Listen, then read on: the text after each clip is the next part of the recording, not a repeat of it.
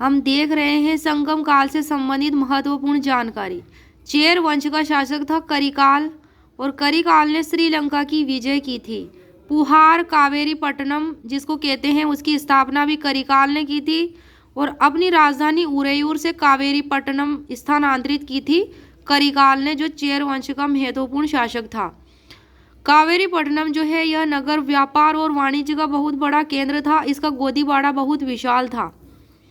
तमिल साहित्य के पिता थे अगस्त्य। संगम युग के राजवंशों में चोल सबसे अधिक शक्तिशाली थे।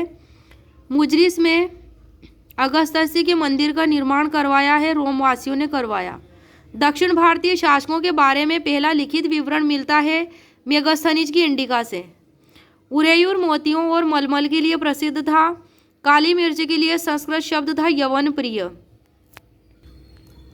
संगम युग का उल्लेख रोमन और यूनानी लेखकों टोलेमी, प्लिनी, स्ट्रेबो और एक पुस्तक थी पेरिप्लस ऑफ द इरिथ्रियन सी, उसमें मिलता है संगम युग का उल्लेख।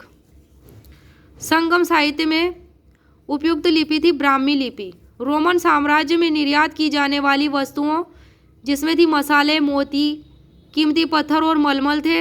ये रोम साम्राज्य में निर्यात की जाती थी। यहाँ से वस्तुएं कहाँ पे? रोम साम्राज्य में क्या क्या निर्यात किए जाते थे? तो ये मसाले, मोतियों और कीमती पत्थर और मलमल।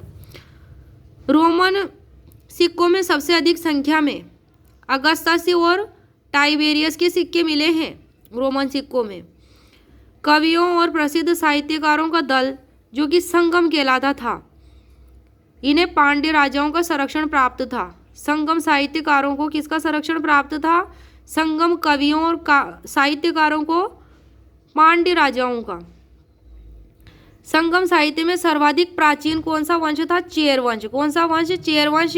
और इसका ही सबसे अधिक उल्लेख मिलता है चेर वंश का।